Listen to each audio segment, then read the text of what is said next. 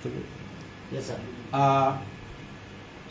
मैं हिंदी में ही बोलूँगा क्योंकि कुछ व्यूअर्स होंगे देश के बाहर भी जो लगातार एक नरेंद्र मोदी जी के खिलाफ, ईवीएम के खिलाफ, इलेक्शन कमीशन ऑफ इंडिया के खिलाफ और देश के लोकतंत्र के खिलाफ प्रोपेगेंडा चलाया जा रहा है कि यहाँ पे फ्रॉड किया जाता है इलेक्शन में। इसकी सबसे बड़ी एग्जांपल ये है कि भारतीय जनता पार्टी के विरोध में जम्मू कश्मीर के अंदर सबसे बड़ी पॉलिटिकल पार्टी नेशनल कॉन्फ्रेंस और जिसके मुख्यमंत्री उमर अब्दुल्ला, जिन्होंने इलेक्शन के तुरंत बाद ये कहा कि पहली बार जम्मू कश्मीर के अंदर निष्पक्ष चुनाव हुए हैं, जो कि भारतीय जनता पार्टी के विरोधी पक्ष के हैं। लेकिन फिर भी आज कुछ यात्राएं, कुछ ऐसी पॉलिटिकल पार्टीज यात्राएं निकाल के ये माहौल देश के अंदर पैदा कर रही है कि यहाँ पे मशीनों में फ्रॉड किया जाता है, वोट जिसको डालते हैं दूसरे को चला जाता है। और उसी की कड़ी में कल मेरे जो विरोधी पक्ष में जो कैंडिडेट थे, उन्होंने कल यहाँ पे रीवेरिफिकेशन का जो डेट था उसमें 3 मशीनों के लिए, 3 ईवीएम के लिए उन्होंने अप्लाई किया था और उसमें 3 ईवीएम थी। एक थी 3 नंबर पोलिंग स्टेशन की, एक थी 6 नंबर पोलिंग स्टेशन की, एक थी 12 नंबर पोलिंग स्टेशन की। तो मैं तीनों पोलिंग स्टेशन के मतलब मैं आपको जानकारी देना चाहता हूं कि यहाँ पे मैं स्टार्ट करता हूं। जैसे वो पहला पेज दिखाते हैं, ये उन्होंने जो 12 नंबर पोलिंग स्टेशन है, 12 नंबर पोलिंग स्टेशन पे उन्हीं के लोग थे, हम साइड पे बैठे थे, उन्हीं के लोग चेक कर रहे थे। उनको चेक करना था कि वोट हम जहां डालते हैं वहीं जाता है कि नहीं जाता है। तो लगभग उनके अनुसार ये 852 वोट जो है ये डाले गए उन्हीं के लोगों ने। और उसमें जिसको वोट जिसको डाला उसी को गया, नोटा को डाला उसी को दिया, जिसको वोट डाला उसको गया। कोई वोट में जितना डाले उतने ही काउंटिंग में टोटल आए, उतनी ही पर्चियां निकली। और जिसको डाले थे उन्होंने ही अपने कैंडिडेट बनाए होंगे एबीसी, जिसको भी, तो उसी को गए।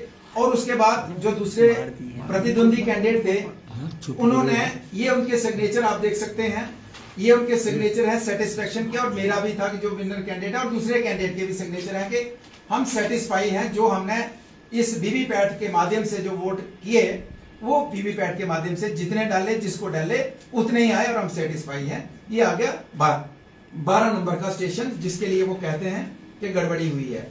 उसके बाद आता है आपका दूसरा स्टेशन, आता है आपका मादा भी का, जिसके लिए उन्होंने अप्लाई किया था 6 नंबर में। तो उसमें भी सेम जितना वो वोट डालते हैं उन्हीं के लोग डालते हैं जितने वोट, ये 686 के करीब यहाँ लिखे हैं डाले, जिसको डाले उसी को गए।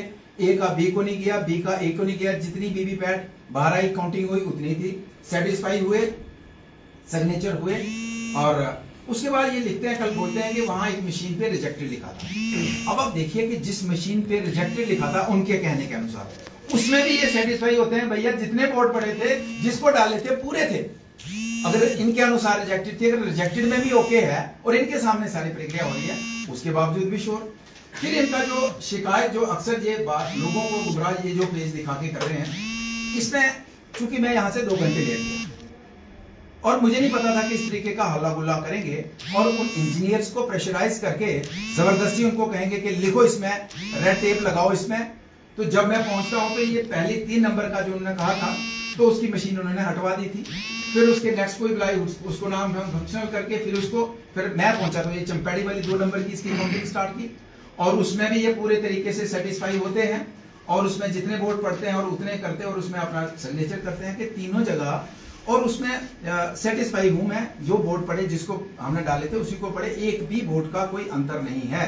जो अक्सर ये पूरे देश भर में माहौल बनाया जाता है कि हम वोट ए को डालते हैं, वोट बी को चला जाता है, वोट बी को डालते हैं, वोट सी को चला जाता है। तो ये इन्होंने एग्री किया, सिग्नेचर करके इन्होंने बताया कि मैं एग्री हूं, जिसको हमने वोट डाला, जितने डाले उतने ही वीवीपैट में काउंट हुए और जिसको डाले उतने ही वोट जो है उसी को वोट किया है। फिर अब ये शोर डालते हैं कि 3 मशीन जो है इसमें क्लॉक एरर है। वो ऑलरेडी जो गाइडलाइन है इलेक्शन कमीशन ऑफ इंडिया की, अगर किसी मशीन में क्लॉक एरर आता है, वो एक माइनर है, 1 साल से बंद बड़ी मशीन है, आता है तो आप अपनी चॉइस से दूसरी मशीन मंगवा सकते हो। उन्होंने मंगाई और उसकी हुई काउंटिंग और उसमें सेटिस्फाई हुए।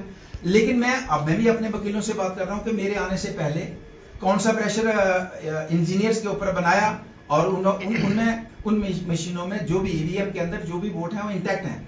अब हम भी अपने वकील से बात कर रहे हैं कि हम भी कोर्ट का सहारा लेंगे कि उन 3 मशीनों को दोबारा किस तरीके से, जिनको मेरे आने से पहले ही हटवा दिया गया था, किसके क्यों उनके ऊपर प्रेशर किया। और जब मैं गया, मैंने जाना नहीं था, मुझे पता चला कि वहां दबाव बनाया जा रहा है, प्रेशराइज, और सारी रिकॉर्ड में है किस तरीके से प्रेशर उन्होंने बना के जबरदस्ती साइन करे, पूरा रिकॉर्ड है वहां पे, हर चीज का है। जब मैं गया तो मैंने कहा भैया किसी का दबाव नहीं चलेगा, ये भी रिकॉर्डिंग है, जो जेन्युइन है वही होगा, कोई यहाँ दबाव ना बर्दाश्त करेगा और ना कोई दबाव बना सकता है। उसके बाद आदमी हूँ, बहुत लायक वकील हूँ। मेरा 29 तारीख को मेरे ऊपर जो केस चल रहा है रिसेंटली, उसकी डेट है, उसमें शायद ये खुद नहीं जाते हैं। फिर 4 तारीख है जो कोर्ट में है मेरे खिलाफ, फिर 6 तारीख है। तो मैं हर्षदेव जी को यहाँ से कहना चाहता हूँ, 4 और 6 वाली तारीख में जो केस है उसमें आप खुद हाजिर होते हैं, उसमें आप पिछली बार हर बार हाजिर होते हैं और लोगों को बताते हैं कि मैं इसको हथकड़ी दिलवा के कोर्ट में लाऊंगा। तो मैं हर्षदेव जी को कहना चाहता हूँ, भाई साहब इस बार की कोर्ट की डेट जो 4 या 6 वाली का मुझे मैसेज कर दीजिए, मैंने आना है, मैं आऊँगा, लेकिन आप भाग मत जाना। आपकी वकालत की ना, मैं उसकी जो पूरी जो कहते हैं ना दर्जी जैसे तारो तार कर देना, मैं आपकी वकालत की वो तारो तार करके पूरे कोर्ट के सामने बताऊंगा। पर मेरी रिक्वेस्ट आपसे है, ये मत कहिएगा कि आज मैं ठीक नहीं हूँ। उस दिन आप 4 तारीख वाली डेट में या 6 में मुझे मैसेज कर दीजिए कि भाई मैं पहुंच रहा हूँ, फिर मैं बताऊंगा कि आपकी वकालत क्या है और आपके केसेस जो हैं मेरे खिलाफ क्या हैं, उसका पर्दाफाश मैं वहीं पे कोर्ट के अंदर करूंगा, जज साहब के सामने करूंगा। ये मैं आपको यहाँ से चैलेंज दे रहा हूँ और आपको जरूर आना है। ये मत कहिएगा कि मैं नहीं पहुंच पाया, मेरा वकील आएगा, मैं खुद आ रहा हूँ। आप कहते मैं हथकड़ी, मैं एसएसपी को हथकड़ी दिलवा के लाऊंगा, मैं लाऊंगा, तो मैं बिना हथकड़ी के आ रहा हूँ, अपनी मर्जी से आ रहा हूँ और आपकी वकालत का पर्दाफाश मैं वहां करूंगा जज साहब के सामने। काइंडली उस दिन आप जरूर आइए, 4 तारीख वाली में या 6 वाली में, ये मैं आपसे रिक्वेस्ट भी करता हूं और आपको चैलेंज भी देता हूं।